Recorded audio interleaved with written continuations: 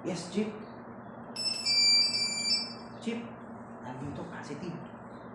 Dumating yung kargamento. Maya-maya, puntahan nyo na. O sige, Chip. Nais ko pa yung aking bagong hair na derivante. Tingnan mo, Chip, kung bagay ha. Mukhang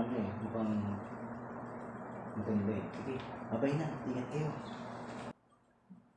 Ilang minuto lang, dumating na ang raid team.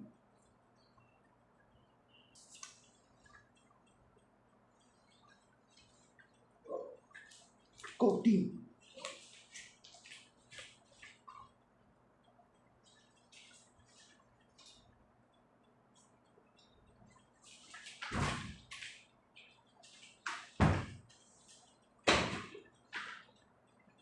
Sir, clear. Walang kontrabando.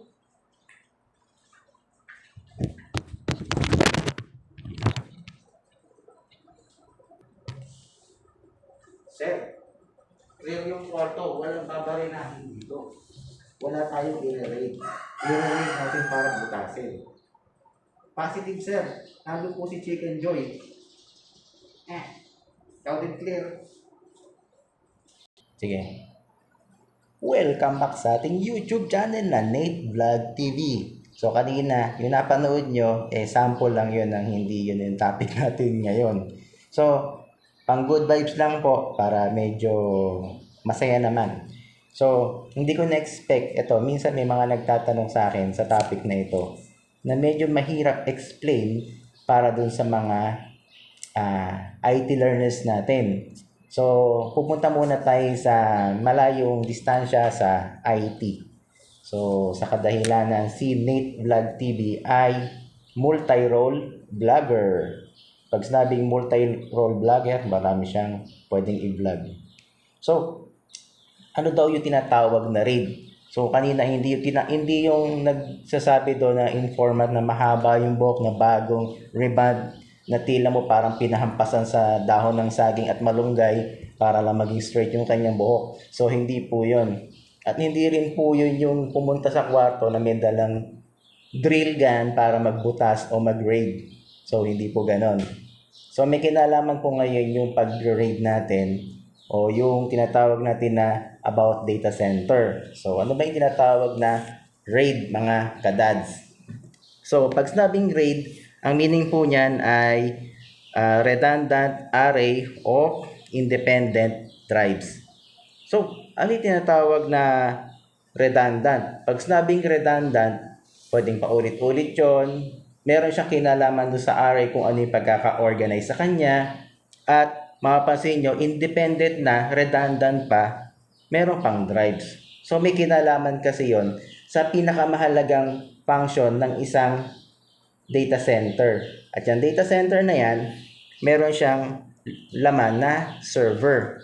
Ang pinakamahalaga sa lahat ay yung informasyon o yung information na nagagather ng ating server.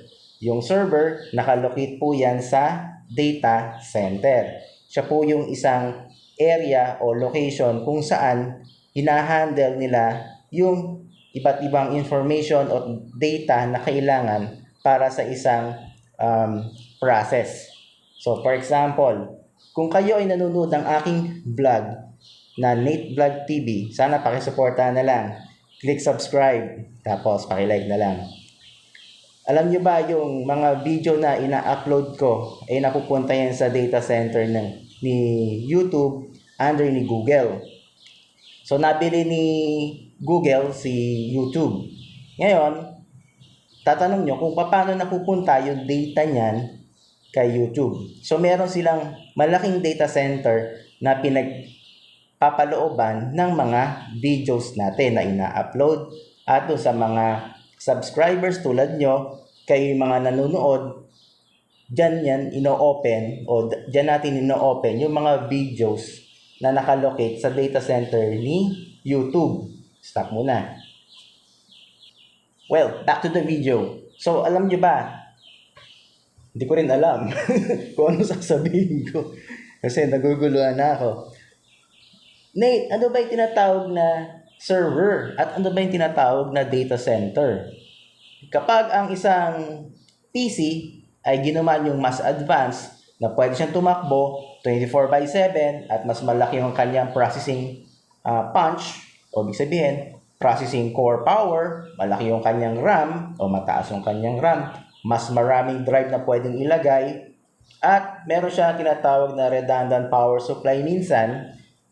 Yan po yung tinatawag na server. Pero wala po siyang kakayanan minsan mag-render ng mga 3D graphics. So, more on function niya, tagapag-store ng inyong data. Ano yung data? Like na pinapanood nyo ako, yun ang data. Yung videos, yung mga information, yung mga downloadable mga apps na yan, nakalocate yan sa server. Okay. Meron tinatawag tayong server na nakatayo o tower. Meron tayong server na nakahiga o yung rack mount. Yan po ang server. Pause muna tayo. So, mga kadads, pasensya na yung drawing ko May mga server na kadalasan nakatayo. Ang tawag dyan yung tower. At meron namang server na nakahiga o naka-perpendicular dun sa floor kung tawagin ay yung mga rack mount. So, whether rack or tower yan, parehas siya nilalagyan ng data. At yung data na yan, nakalagay yan sa loob ng drives.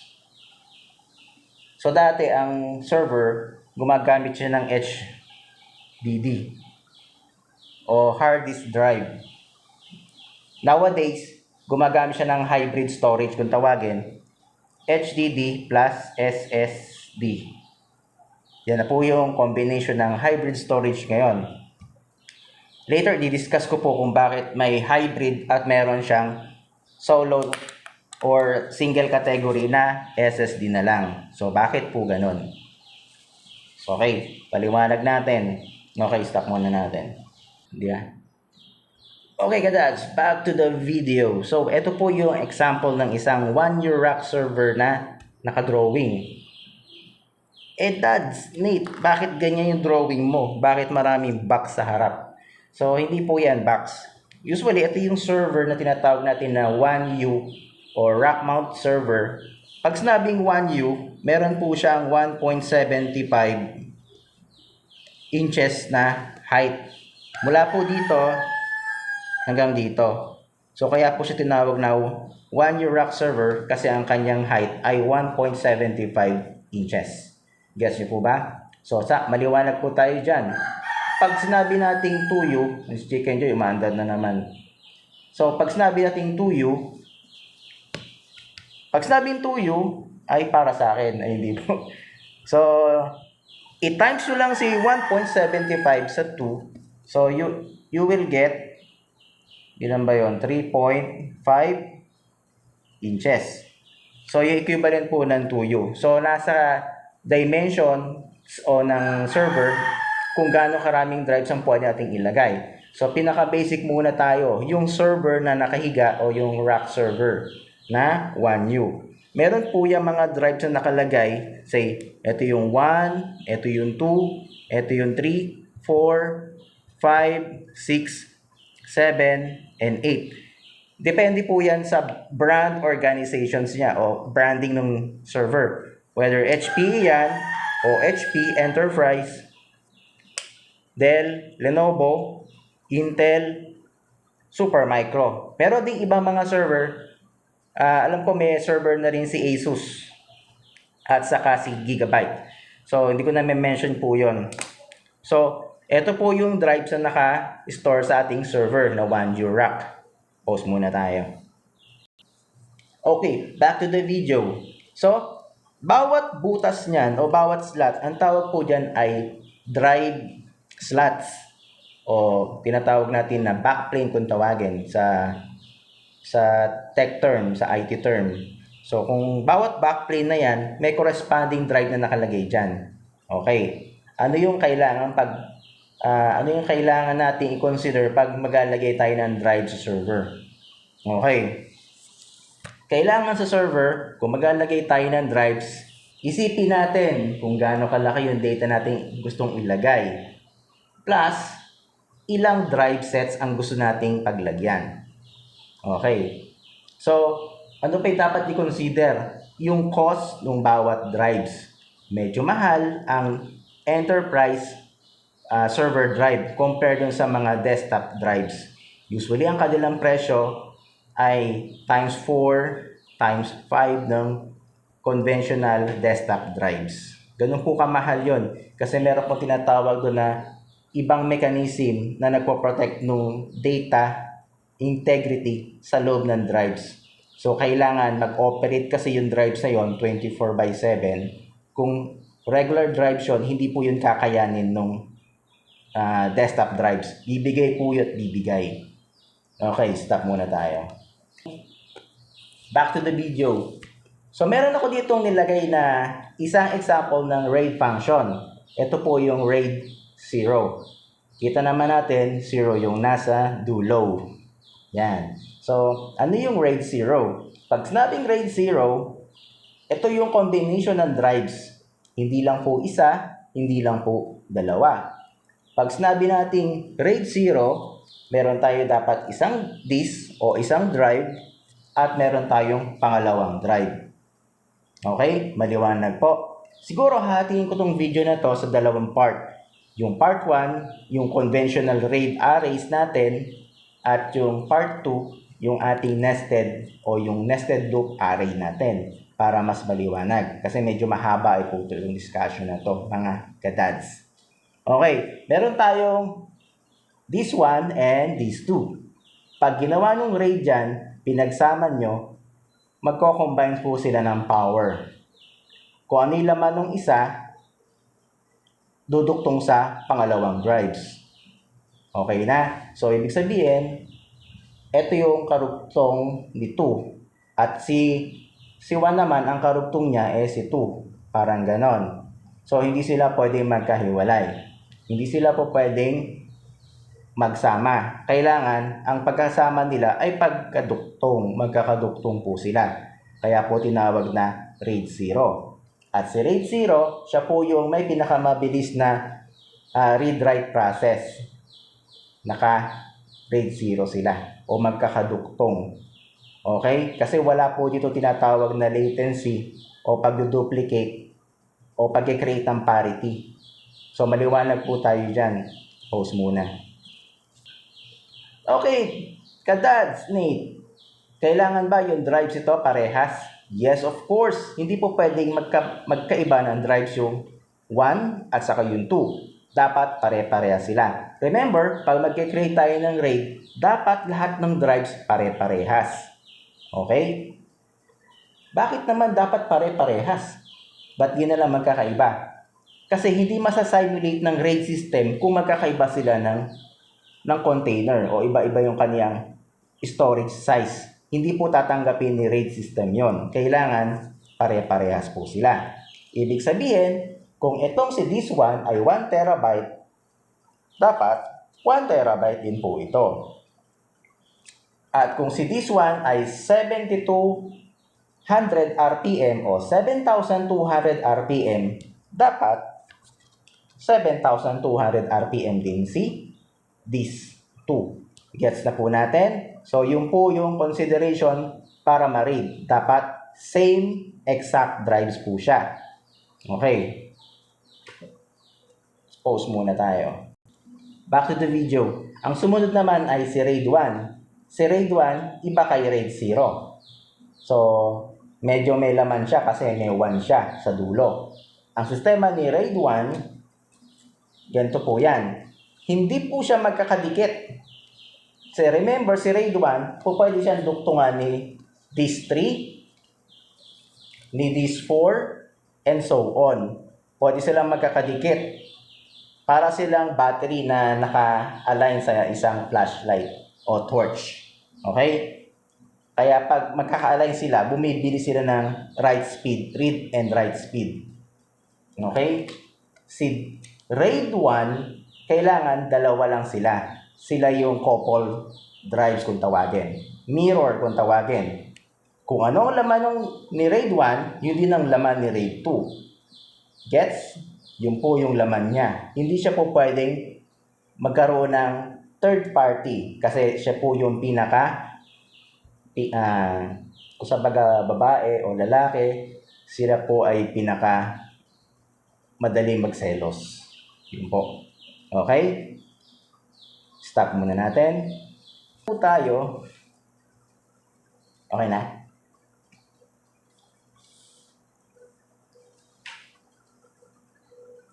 Rate 5. Nasaan na rate 5? View. 60. 60. Nasaan si 60? Okay. Si rate 5 naman, okay, back to the video. Rate 5. Pag si rate 5, kailangan ang group niya is minimum of 3 drives, identical drives. Meaning to say, kapag naka-rate 5 ka, hindi ka po pwede gumamit ng dalawa lang. Kailangan tatlong drives. Okay? So, tatlong drives, pag naka-rate po yan, rate 3. Okay, kadads, ano ang mas maganda? Rate 0, rate 1, o rate 5? Maganda si rate 5 kasi pwede tayo mag-expand ng storage size. Meaning to say, pwede tayo magdagdag. Therefore, kung pwede mong i-condition yung drive mo, pwedeng maging RAID 1, pwedeng maging RAID 0, pwedeng maging RAID 5, kung tatlo yung drives. Mamaya explain ko sa inyo kung bakit yung RAID 1, pwede siyang gawing tatlo. Sige, sabihin ko na. Kunwari itong 1 and 2, naka-RAID 1, spare ito. Spare po siya. Bakante.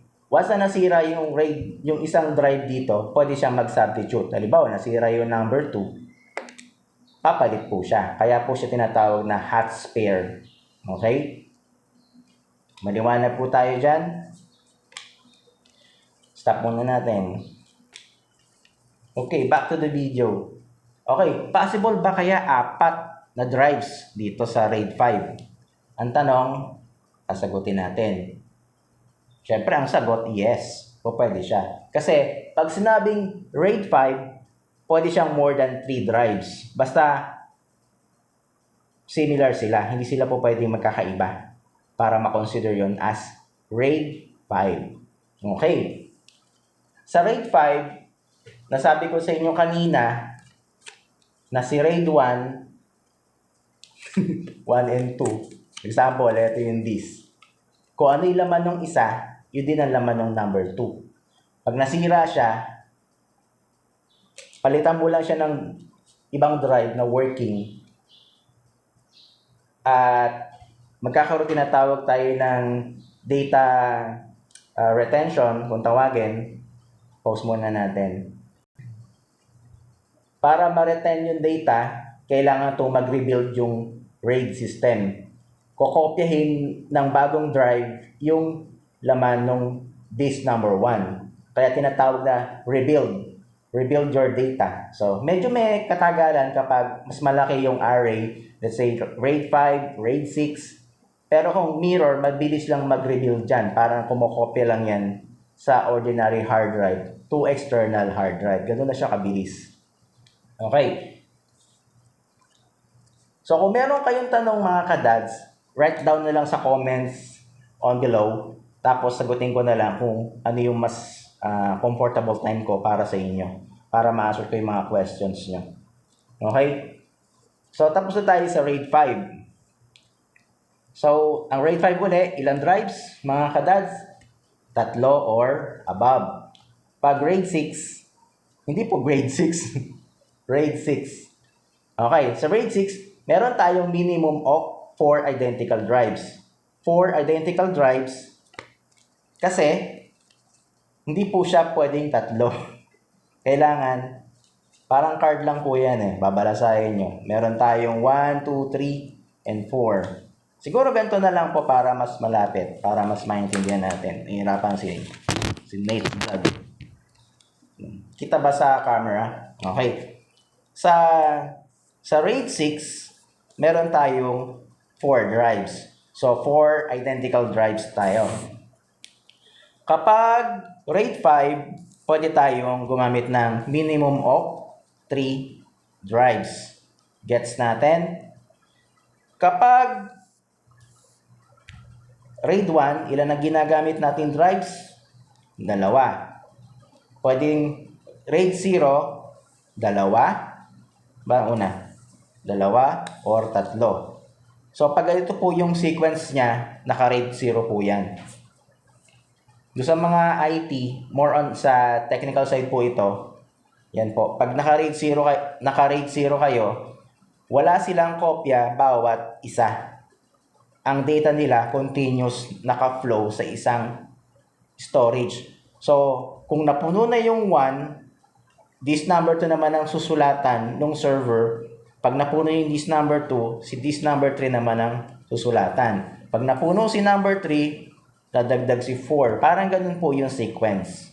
Pero sa analogy sa isang data server, more on, pag naka-RAID 0, meron silang complex write and read method na tinatawag. Okay? So, kung RAID 1 tayo, ang condition niyan ay kung ano ang laman ni 1, yun ang laman ni number 2. Okay? Simplified. At kapag naka-RAID number 5, meron tayong minimum of ilan drives? 3 drives. Identical dapat.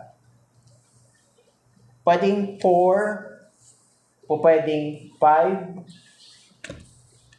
and so on. Depende yan. So, kung meron kayong server na ganito, 4 yung server backplane o drive slots. So, hanggang 8 po pwede nyo siyang i-RAID 5. Gets na po? So, malinaw po tayo dyan. Ngayon, sa RAID 6, meron po tayo dapat minimum of 4 disks. 4 na identical disks. Okay, so sa RAID 10, ilan kaya ang kailangan? Sa RAID 10, meron dapat tayong 4 identical disks. Ganito po yon. Ito po yung tinatawag na nested RAID. Pag sinabing nested RAID, okay, ganyan po yan. 1 hanggang 4. Ito ay nakalagay sa RAID 0. Ito naman ay RAID 1. Ganyan po siya. Yan po yung hierarchy ng ating RAID 10. Sa lahat ng RAID system, ito po yung pinakamabilis. Kasi hindi po siya nag-create ng parity para makapag-duplicate ng data bawat drives. So, take note, wala po siyang parity check o mag-create siya ng parity to determine or to write yung data doon sa server drives. So, siya po yung pinakamabilis sa lahat ng RAID system. Kung tawagin siya ay nested RAID. Pause muna tayo. So, pag naka-RAID 10 kayo, ang mangyayari, paano ba mangyayari dito? O pwede kayo magdagdag dito ng drives. Pero ma-consume ito sa space. Kasi ganito yon. Pause muna natin. So, meron ko dito isang diagram na explain sa inyo. Pag sinabing 0, RAID 0 po yan. Pag sinabing 1, RAID 1, and so on. So, kapag RAID 0, pag merong nasirang isang drive, hindi na po gagana yung data. So, technically, corrupted na po yung data. Wala po tayo ditong mare-restore o mare-recover. Kaya hindi po ginagamit si RAID 0 pagdating sa server. So commonly, ito po yung ina-isolate natin na drive RAID system. Ang ginagamit po natin, itong si mirrored, kasi dalawang drives po yan. Kung masira yung isang drive, pwede pa siyang palitan o pwede pang i-recover yung data. Kapag RAID 5, di ba sabi ko sa inyo, RAID 5, meron tayong 3 drives. Isang drives dyan ang parity. So, alin dyan man. Pag nasira yung isang drive, pwedeng palitan niya ni next drive. At makakapag-rebuild tayo ng maayos. Pero pag nasira yung dalawa, kasi yung dalawa nasira, kahit lagyan nyo yan ng 2 drives, hindi na po yan gagana. Technically, sira na po yung array niyan. Array o yung pinaka data storage yan, hindi mo na pwedeng i-recover yung data. So, kailangan isa lang ang dapat masira. Kadads, ba't naman kailangan masira? Di ba sabi mo kanina ang server drives ay gumagana ng 24/7 at matibay. So, hindi sa lahat ng pagkakataon ang drives po pwede siyang super duper tibay. May certain scenario na nasisira din yung drives. Pwedeng manufacturer's fault error o minsan yung mishandling ng drives. O pwede rin yung power fluctuation, yun din yung isang nagiging cause ng pagkasira ng drives. So, okay? So, yun po yung tinatawag na pagre-rebuild. Ngayon, kapag naka-RAID 6 kayo, masira yung dalawang drives, kahit ano man dito, mare-recover nyo pa yung data. Palitan nyo lang ng ibang drive yan. Palitan nyo to, saka ito. Gagana na siya. Pwede siya mag-rebuild. Pero, hindi natin ginagawa yon. Usually, pag may nasira sa isang RAID system, kahit isa lang, pinapalitan na natin agad yung nasisira. So, ganun po siya kaganda, si RAID 6. Medyo magasto si RAID 6 kasi mas maraming drives ang kanyang kailangan i-produce para mag-write ng data. Pause muna tayo. Okay, so explain natin yung RAID 10. Bakit pinagsama siyang 0 at saka 1? Ang sequence po nito, parang hinati nyo yung dalawang drive sets. Ganyan po. Hinati nyo siya. Ngayon, eto, nagpe-perform siya ng RAID 1 and 0. RAID 1 and 0. Pero usually, naka-group siya sa RAID 0 at yung RAID 1. Ngayon, kung ano laman ito, ito ang laman ni isa. Ganun naman din po sa kabila. Ito yung laman ng isa, laman din nito. Okay? So, tanggalin natin itong concept ng RAID 0 na to. At mag-focus na lang tayo, parehas na RAID 1 yan at RAID 1. Pero usually, 1 saka 0 yun o 0 and 1. Okay? Kung ano laman ito, ito yung laman ni 4. Kung ano laman ito, ito yung laman ni 2. Gets na po? Ngayon, pag may nasira dito, ano ba, nasira itong disk number 2, papalitan natin ng ibang disk. Kunwari, pinalitan natin. O pwede pang ma-rebuild yung data. Ganyan po kaganda si RAID 0. Ngayon, kung nasira si number 4, pinalitan natin, o pwede rin. Paano kung magkasabay? Pwede rin. Kaya, meron tayong dalawang parity na po pwedeng pagsabayin. Pero wala siyang sequence para i-create o i-segregate yung bawat data sa bawat drive. Ibig sabihin, ikalat yung data sa bawat drive. Kasi ang pagkalat lang niya, mirror lang, ganun lang. Pero kapag multiple RAID parity, para kayong tatlo na naglalaro ng yung tawag doon, yung nagka-clap-clap, yung ganun. Yung ganun. So, pag tatlo kayo, minsan nakakahilo yun. So, isipin nyo lang, mas maraming drive, ikakalat niya yung data sa bawat drive, mas nakakapag-consume siya ng system resources, lalo na yung kanyang data o yung kanyang RAID controller, mas lalo siyang mas na-overrun. Pag sinabing na-overrun, so kailangan thoroughly yung kanyang performance. At least dapat high performance yung inyong RAID controller. Kung operating system naman ang nagpa-function as RAID controller, mas pwersado yung inyong processor. Yun yung po yung disadvantage kapag software RAID ang inyong ginagamit versus sa hardware RAID. So, explain ko na lang po yung sa susunod. Pause muna tayo. Okay, back to the video. So, nasabi ko sa inyo, yung RAID 10, combination yan ni RAID 1 at si RAID 0. So, ganun siya kaganda at ganun siya kabilis mag-perform. Siya yung pinakamabilis sa lahat ng RAID system.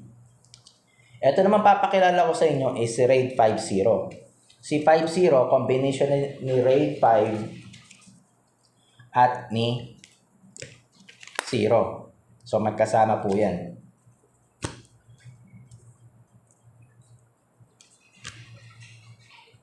Okay.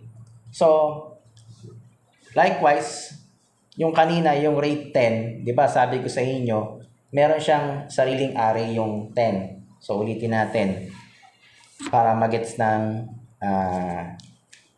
mga kadads natin na IT. Balik muna tayo sa RAID 10. Hinati yung array, dalawa. Dalawa siya. Ngayon, yung array malaking data. Nilagay mo dyan. Ngayon, dapat yung laman nito, iba yung laman nito. Okay? Nagets? Yung laman nito, iba sa laman nito. Pero, dalawa sila. Yung laman nito, laman niya. Yung laman nito, laman niya. Pero pag pinagsama mo yan, isang buong array po yan. Kaya po tinawag na RAID 10. Okay? Gets na po tayo? So, gawin natin siyang RAID 50. Palitan natin to. So, kailangan pag 5, alam naman natin na 3 identical drives dapat yan. So, kailangan 3 dito at 3 sa kabilang array. Kaya po siya tinawag na RAID 50. Meaning to say, yung data hinati niya sa dalawang segment, yung laman nito, kasunod ng laman nito. Ganun lang po yan. Nagets natin? Yung laman nito, may kasunod na laman na handito. Parang RAID 10 lang, pinadami lang siya. Minimum of, ilang drives po siya mga kadads? 1, 2, 3, 4, 5, 6. 6 disk lahat po. Minimum of 6. Tama daw, sabi ni Chicken Joy. Okay, pwede nating dagdagan yan. Gawin natin 4, yung kabila, at dapat 4 din yung kabila. So, ganyan po siya. Kaya RAID 0, mapapansin nyo, hinati yung dalawang array. Yung laman nito, isang array o isang segment. Yung laman nito, kasunod nitong laman nito. Okay, magkakasunod. Kaya yung pinakita ko sa inyo, RAID 0, naka-series po siya. Okay? So, may tanong po kayo sa RAID 50, comment na lang po dun sa comment down below. Tapos, ang pinakahuli ay yung RAID 6. Alam naman natin, ang combination ni RAID 6 ay 0 at saka si 6. Okay, so maliwanag po tayo dyan. Oo daw, sabi ni Macdo, Chicken Macdo. Okay, hindi tayo pwedeng mag-create ng RAID 6.0 kung 6 lang yung drives natin. Kailangan minimum of 8 or above. So, ganun po yan. Kung nagdagdag kayo dito sa sa first array, sa second array, magdadagdag din kayo. Dapat same number sila. Okay? Same number. Okay? Gets na po. So, yung ibang mga RAID array, hindi ko na po yung di-discuss kasi hindi na po yung ginagamit sa ngayon. So, ang ginagamit po natin sa IT ngayon, ito, 0, 1, 5, 6, 10, 5, 0, at huwag natin kakalimutan si 6-0. Yan po. Yan po yung ginagamit sa industry ngayon na RAID system. So, kung kayo ay IT at nagme-maintain kayo ng server as data center specialist, so may kinalaman po ito sa ating vlog ngayon na episode number 52. Kadads, ano po yung pinaka-common na ginagamit dyan na drive RAID system? Usually, hindi na po ito ginagamit. Ito ginagamit natin, si 1, si 5, si 6, at saka si 10. Etong dalawang to, hindi siya common o familiar kasi mas maraming disk ang kailangan i-produce.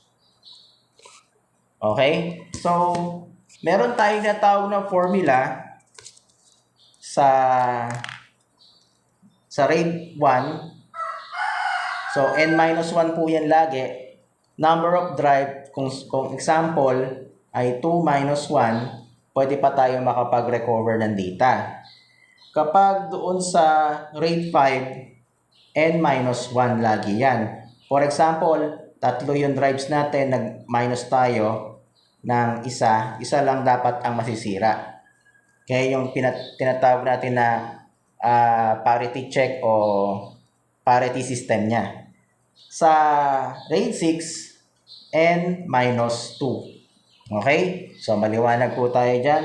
Pag RAID 10, so, N-2 din po yon. Okay? Pero usually, divided by 2 siya. Sir Ken, correct mo na lang ako kung tama. Okay? So, ganun po. Usually, dapat N-2 kay RAID 10. So, not considering din doon sa /2. So, po yung tinatawag na parity. So, medyo hindi ko na di-discuss gaano si RAID 50 saka 60 sa kadahilanan medyo mahaba na yung video na to. Comment down below kung gusto nyo mag-upload ako ng about sa RAID system in the future para meron kayong references. So, I hope na nasa mabuti kayong kalagayan mga kadads. So, hanggang dito na lang po muna yung video natin at kita na lang po tayo sa susunod na upload kong video. Ingat po kayo at huwag pong kalimutang mag-subscribe at pakiclick na rin po yung notification bell para lagi po kayong updated sa mga videos natin. At pakiclick na rin po din yung like button. At ingat po and God bless. Paalam po.